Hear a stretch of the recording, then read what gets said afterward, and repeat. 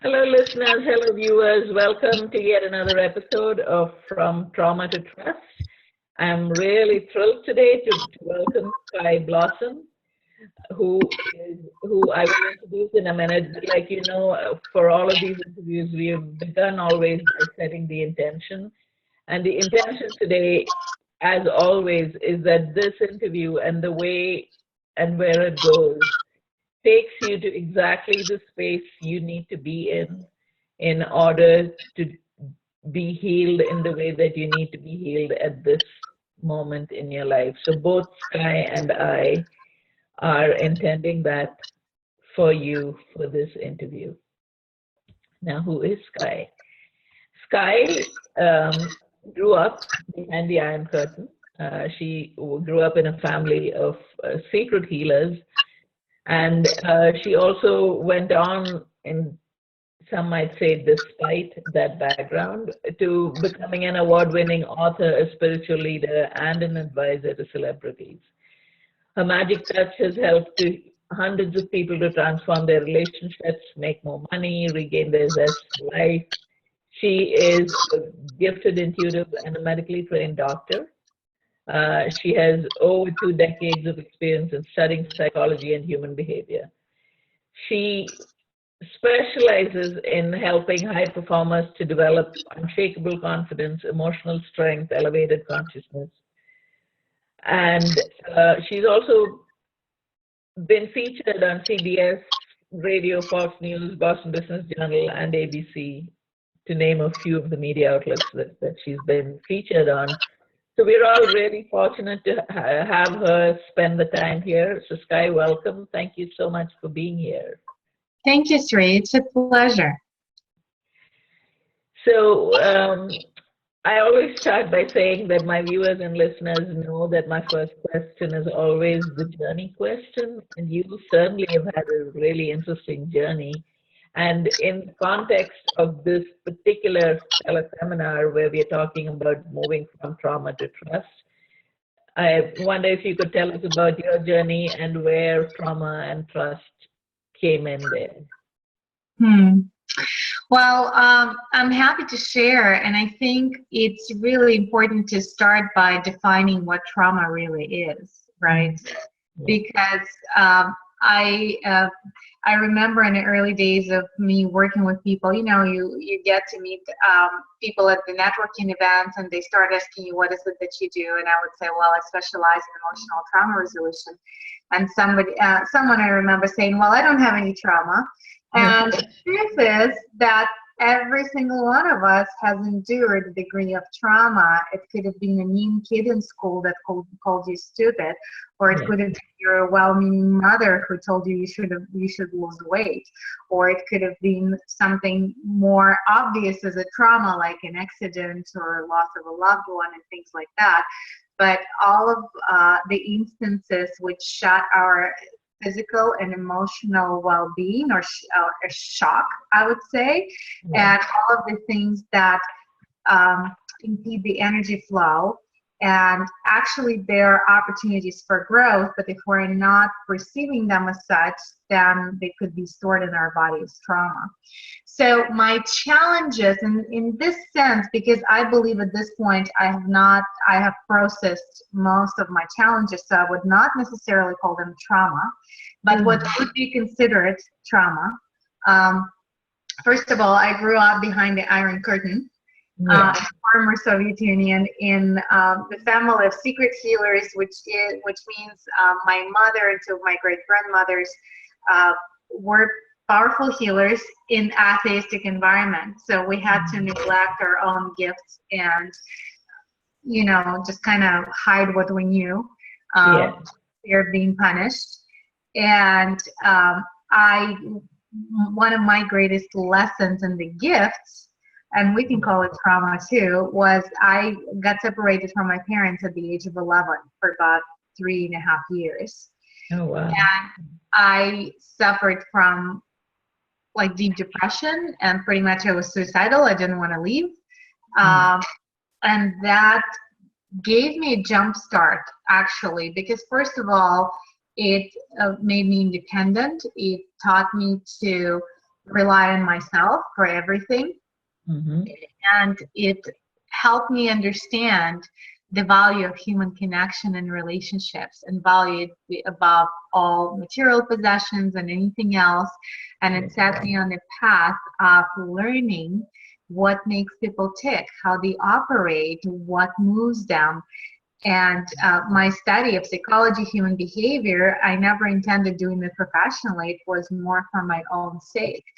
And I would say every time life presented a huge change for me, being a divorce and moving to another continent, to a degree it's a trauma, but I did not consider it as such because I would embrace those circumstances and grow from them. Yeah. Awesome. So the way I have defined trauma for this event, I have defined it as something not necessarily physical, but definitely emotional that takes your breath away. That sort of, it's almost as if you stop breathing and you don't know if you'll ever take a full breath again, or it's life has thrown you such a curveball that everything that you thought you knew about life, you're not sure if it holds anymore. And so I've had a few instances of that happen. I lost my mother in a plane crash when I was 19. I've had lived with an alcoholic in the family. I've had lost a baby to premature birth, and most recently I lost my nephew to suicide. So there have been lots of instances in my life, lots of people dying in accidents and stuff, where you do that, you sort of, you're not sure whether life is going to be the same anymore. You're not sure what the next step to do is. And what I want to say to the viewers and listeners, and what I've said in my opt-in video as well, is that at times like that, for a lot of us, so for Sky, for you, it seemed as if you had that first shock when you were about 11, and you were able then to work through that and understand how these events are all for the best, really. Life always, so my definition of trust at the same time is letting go, resting back, flowing with life, knowing that it's always unfolding in your favor. Absolutely. So to move from that space where you think you don't know what life is going to bring you next, and you don't know if you can take any more, to going into that space where you're relaxing into life and knowing it's unfolding in your favor. Different people have different journeys, which is exactly what you and I are representing here. And what I want the viewers and listeners to know is that if you are in a space where Sky is, where she has worked through her trauma, and she has come to an understanding that it is always, there is always something to gain from whatever pain that you're going through, and she's able to pivot quickly into that. Or if you are in a space where you have lost your balance and are still struggling, all of that is okay. Wherever you are in that spectrum, it's okay. And the whole point of this series is to hold you wherever you are at and give you an opportunity to move from wherever you are to that space of trust. Just wanted to put that in there. Beautifully said. Beautifully said. Thank you. And so what would be really interesting is for the listeners, I think, to learn a little bit more, if you're open to that, about talking about the separation and how you then work through that, and then, whichever one of the traumas, whether it's the divorce and moving to another continent, how you are working through that to get to a place of peace and trust, and actually gain from the trauma. Well, I want to say it's very interesting that we think that the mistake that I see is common on people who are stepping in the spiritual path. You think Yeah. that you're going to grow to a certain point where you're not going to have problems or challenges, or you're never going to experience trauma anymore. And the truth is, the wisdom is in learning to embrace that as part of life, Mm-hmm. as part of birth and death cycle, as part of seasons, as part Yeah. of your invitation to go to the next level. And the more you're challenged and the more you know how to work through it, the easier it becomes and the faster you emerge. So right now I'm of course smart, and I see the gifts in my parents leaving me for 3.5 years. When I was 11, I had no idea. I was crying every day.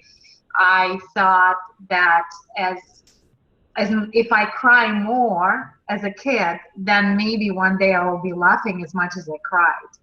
Yeah. So that was my belief system. And it was not easy. It was very, very hard. I was removed from my not only my parents, I was moved to another city to live with my grandparents. So it felt like everybody I knew and loved died in one swept second, Yeah. right? So it's like my friends, my environment, my school, my hobbies, everything I loved and everything that I could associate with, it was swept under my feet, and I was dropped in the environment where I could not relate to anybody.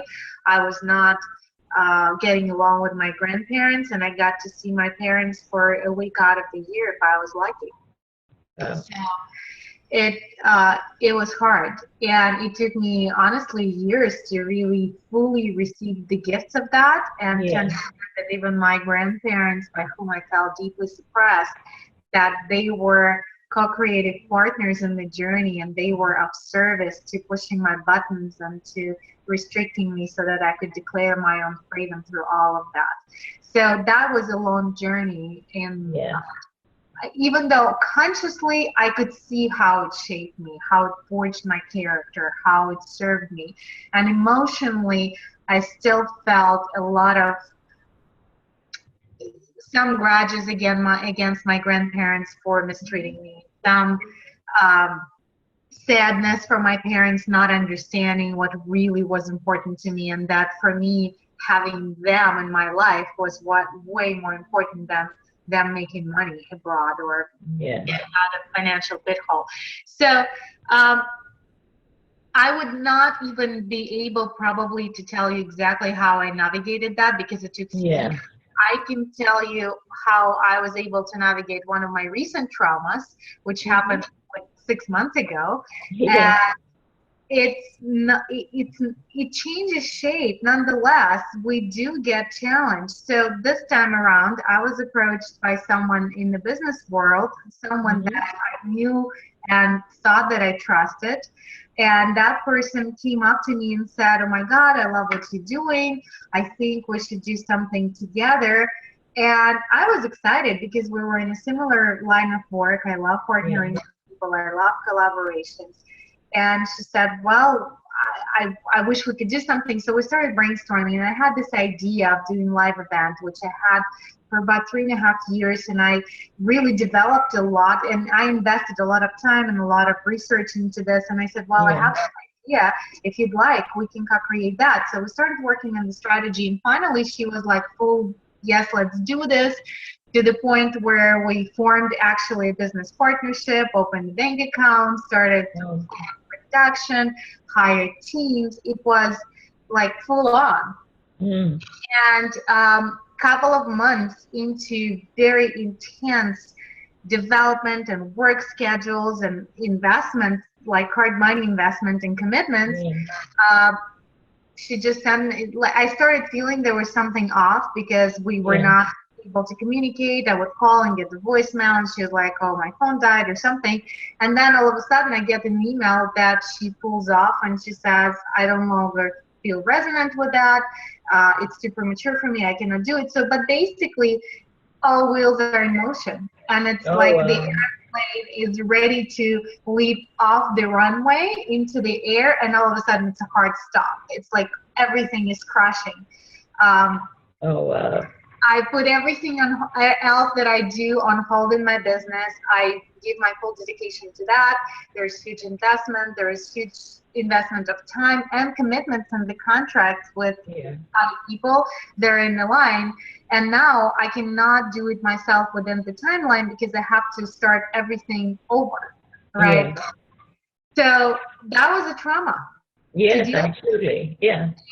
And to say it was easy, absolutely no, but emotionally I was able to navigate myself out of that within a week.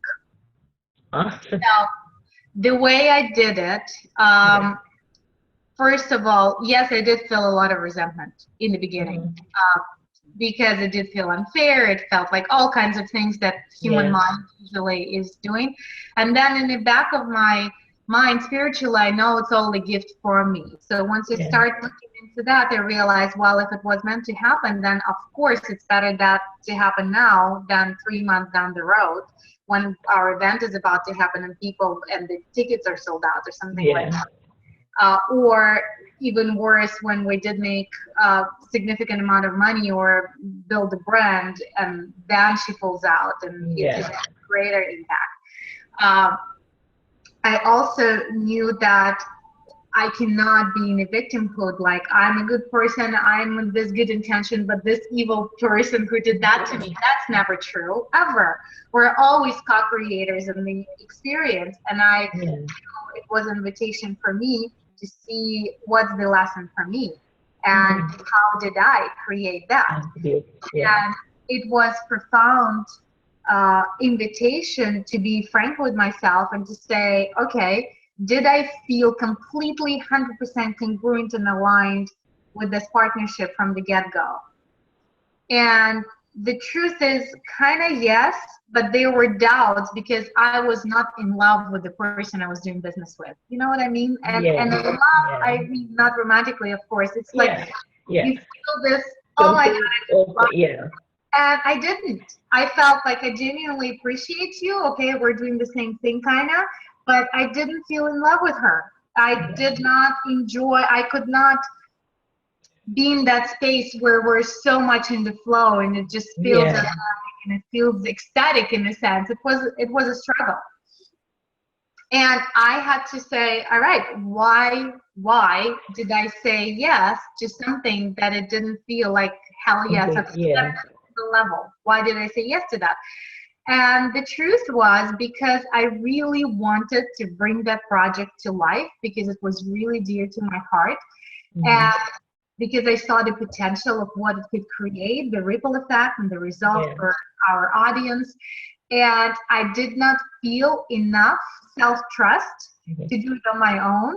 So having someone doing it with me gave me extra boost to move forward. I was afraid that my project is going to be on the shelf for another year or so before I actually gather enough resources and energy to do it. And here's this person who was catalyzing me to actually propel it forward. But what I ended up doing, not only I was moving it forward, I was dragging her along with me, right? So I had to spend twice as much energy. So, and it was a tough lesson because there were consequences of that, and there were severe consequences, and I had to clean it up, the mess, for about next 2-3 months. And it pinnacled with emotional breakdown over it a few months later. But looking back, it was just yet another beautiful, gracious lesson from the universe and powerful invitation to have more self-trust than I ever had. To be really in complete integrity with my inner knowing and intuition, because I know things. I can pull myself all I want, but being intuitive, I not only know them about other people, I know them for myself too, right? It was powerful message. I cannot afford to fool myself. On being in integrity, and to trust that when something is right, being at the project, being at the idea, I have wherewithal to complete it. And if and when other people come into play in terms of team members or partnerships or any of that, it does have to feel like hell yes on every level. Yeah. Lightest teeny tiny bit of doubt, it means a hell no. Yeah.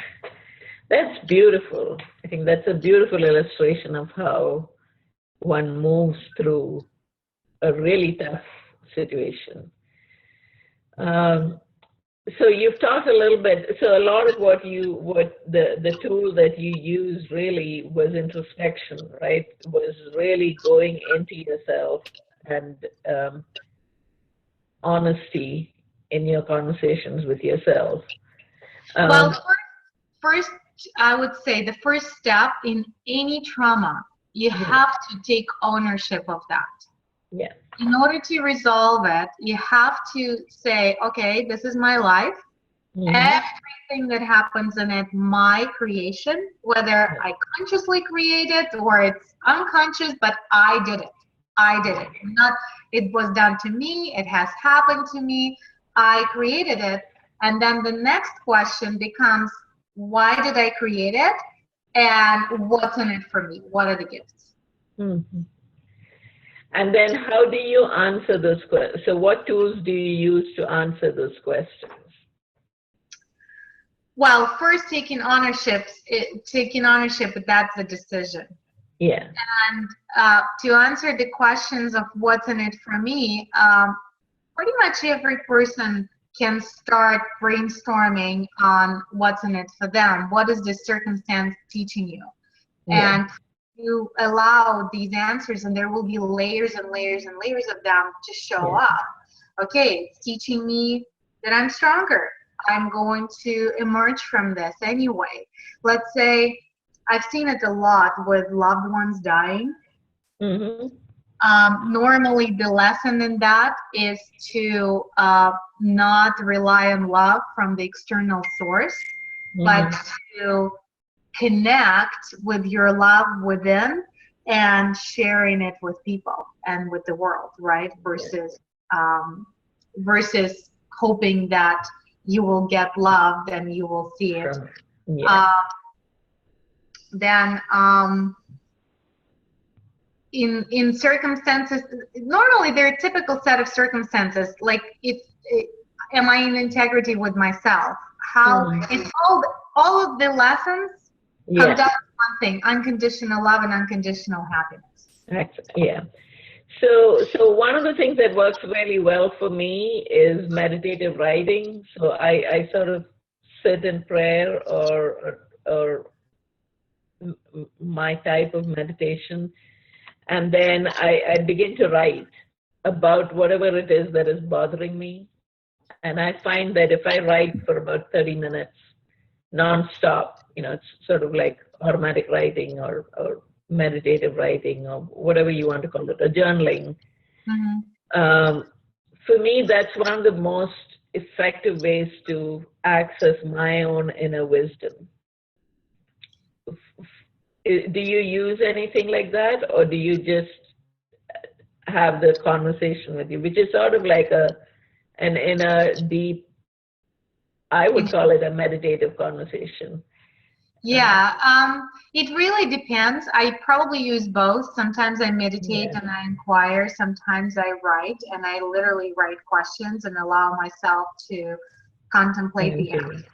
okay, yeah, Sometimes if something is really physically stuck, you feel it energetically, I need yeah, to and I need to go for a walk and I need to connect with elements and then just breathe and release through my feet, connect with the earth. And once that heavy load is a little bit lightened up, then I can inquire and say, okay, what do I want? So here's one powerful question for our audience. What do I want as the result of this? Because every challenge is inspiring new desires from you. And the sooner you line up with those desires, the sooner you're emerging out of your pain. And yeah, let's say you lose a huge amount of money. And that's a heartbreak, right? And you say, well, what do I want as the result of this? I want to feel more security in my finances or in my well-being. I want to feel confident in my my well-being, knowing that I'm okay and that my family is okay. Now you inquire deeper, what would that take? And your mind wants to say, well, it will take a certain amount of money in the bank, but no, because you just lost a certain amount of money. That's not security. What's better way? Well, maybe the consistent income. Yes, and you can also lose the consistent income. So all of the materialized stuff is unreliable. So where you can draw the certainty from, and the only place you can really draw it from, is trust in the divine, that everything that you need will be supplied to you. And then you maybe start recalling, oh, I'm going to give you another process that really helps me in a second, that I really, really use all the time. So, and then you start asking yourself, well, there have been other challenges in my life and I've emerged out of them. What makes me think I'm not going to be able to deal with this? So in the process that I really use, I'm so glad to evoke this for me. It's called Miracles Conversation. I call a very good friend of mine, and I have a handful of them, whoever is available. Yes. And I say, I want to have a miracle conversation with you. And they're like, okay. And people who are on the same page with me, they know. And if I cannot reach anybody, I have the conversation with myself. And miracle conversation is when I'm asking my friend, I say, tell me about miracles in your life. When something happened to you or occurred where you were guided out of a stalemate situation where it seemed impossible and things just unfolded and lined up in the most miraculous, amazing, unbelievable way. And my friend would tell me one or two stories, and then I will recall my own, and we have this miracle exchange. And what it does, it reminds me how much I have already received and how much is possible. It expands your mind beyond this hitting the wall and there is no way out to, oh my God, I've hit the wall before and look how gracefully it has resolved the moment I let it go. And then the solutions, the best solutions in your life, your mind is not capable of conceiving. The biggest miracles show up in a way you could never write a script for it. It's total synchronicity, divine orchestration, and miracles upon miracles. And I bet you anything, every single listener of ours has miracles happen to them. Whether they had near-death experiences and didn't die, or they fell and emerged unharmed, or where they thought they were not going to have the money to cover whatever essential bills they had, and so all of a sudden money showed up. So there were all kinds of miracles in your life, and you start remembering them, and all of a sudden you start you're being relaxing. Yes, my life is amazing. Yes, I am guided. Yes, I am supported, and it's actually okay to rely on miracles. I can trust in those. And that's how you start trusting in yourself. And you say, okay, there is a will, there is a way. If there is a problem, there is a solution. If there is a challenge, there is a growth opportunity, and everything is an opportunity. And I'm opening myself to receiving the gifts this circumstance has provided. Because God never takes anything away from you without providing something greater in return. And every adversity carries the seed of the equivalent of greater benefit. Thank you. That's beautiful. It's beautiful. So this has been a great conversation. I want to talk. I think we've had a lot of examples. So I'm going to go into what you do, your website. Tell us about what your website is, what are the types of services you provide. And I know you have a free gift for our listeners and viewers, so talk to them about that. Absolutely.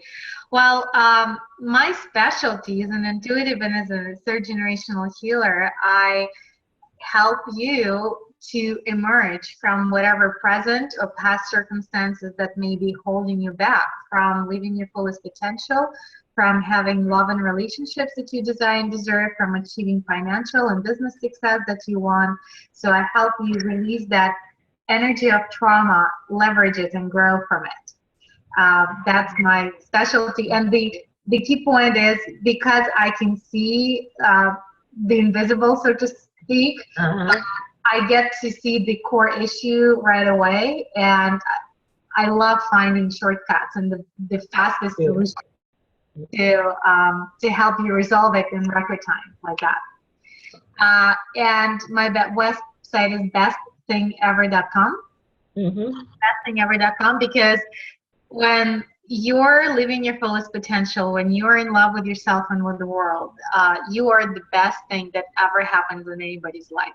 In the life of your children, in the life of your beloved, in the life of your friends.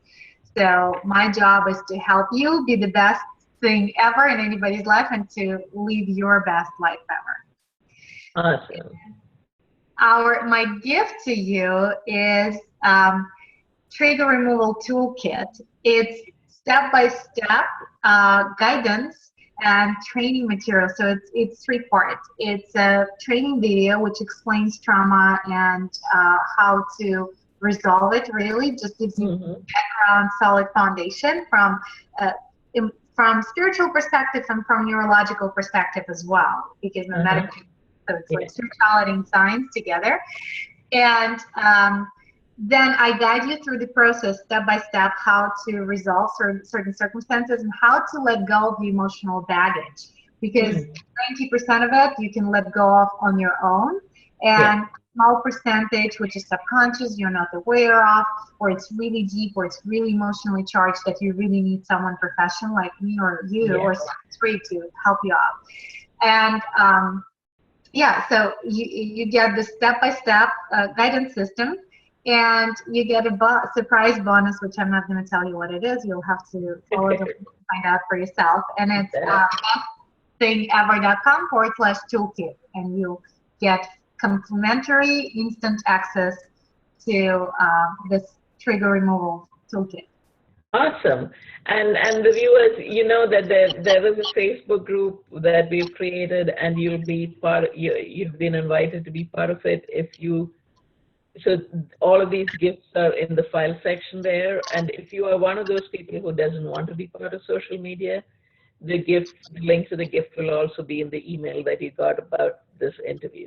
So just wanted to remind you of that. Um, we're almost at the end of the interview, Sky. We've got about 7 to 8 minutes left. Is there something that you want to bring up that we didn't quite get to in the interview? Well, a couple of things that I have observed from working with probably thousands of people. Yeah. Every single circumstance in your life is a gift. It's like you have Christmas all day, every day, or your birthday.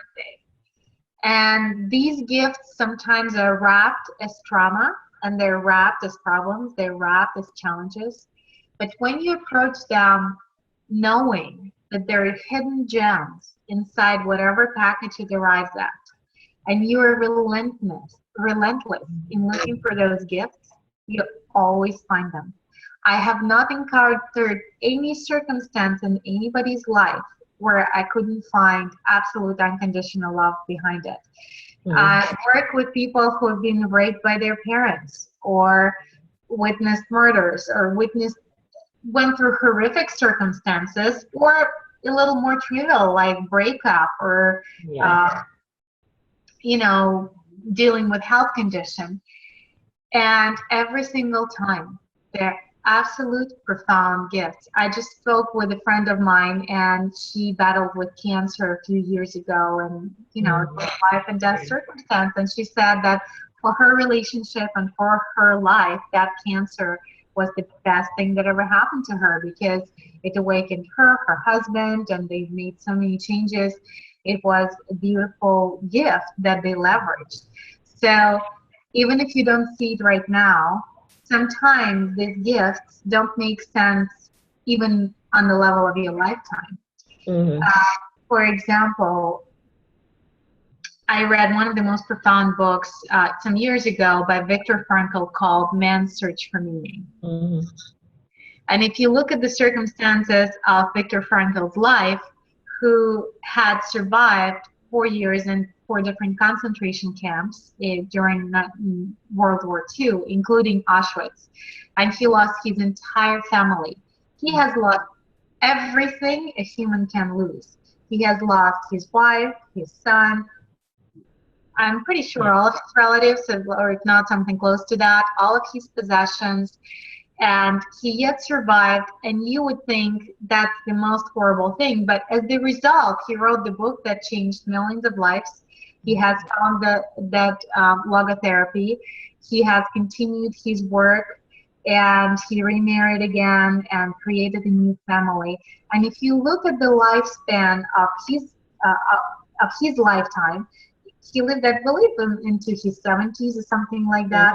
And the suffering in concentration camp was only 4 years.